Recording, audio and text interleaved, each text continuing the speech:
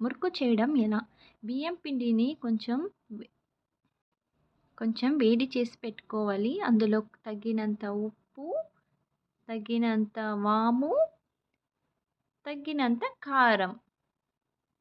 మీకెంత కారం కావాల్సి పడుతుందో అంత యూజ్ చేసుకోండి. హాఫ్ కేజీ పిండి కాబట్టి నాకు ఇది సరిపడింది.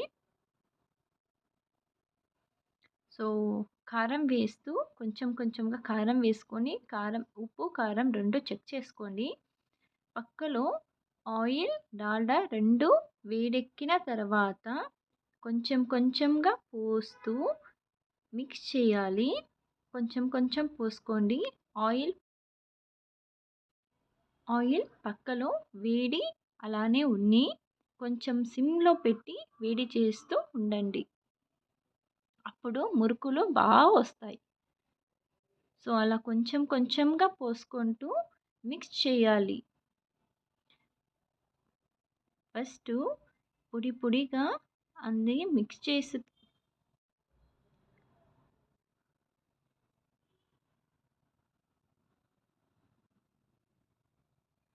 ఇలా పొడిగా మిక్స్ చేసి పెట్టుకొని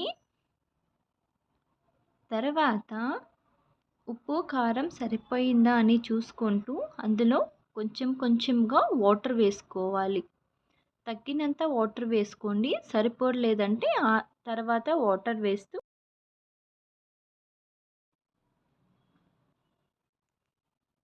ఇలా ముద్దలా చేసుకొని ఇలా అన్నామంటే అది సాఫ్ట్‌గా వస్తుంది.